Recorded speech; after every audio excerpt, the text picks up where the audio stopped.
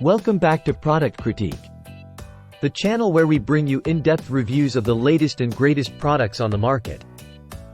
Today, we're shedding light on a revolutionary product that's not only illuminating but also making a significant difference for those with epilepsy.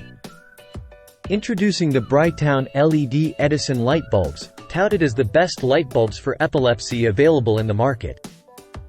Now, you might be wondering, how can a light bulb be beneficial for those with epilepsy? Well, let me enlighten you. These LED bulbs from Brightown boast a special feature that sets them apart. They're stable light with a CRI of over 80. This means that the quality of light they emit is consistent and flicker-free, which is crucial for individuals with epilepsy, as flickering or inconsistent light can trigger seizures. But that's not all. Let's delve deeper into what makes these bulbs the top choice for those managing epilepsy. Firstly, the Brightown LED Edison light bulbs come in a pack of 6, providing ample lighting solutions for various spaces.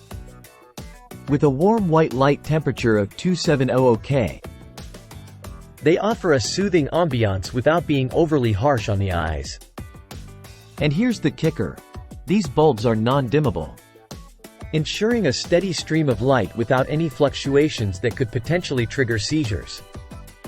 Safety is paramount, especially when it comes to products designed for individuals with specific medical conditions.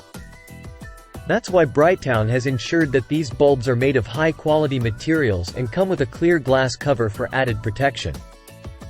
In conclusion, the Brightown LED Edison light bulbs are not only a practical lighting solution but also a game-changer for individuals managing epilepsy.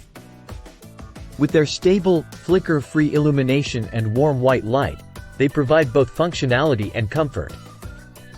That wraps up today's review.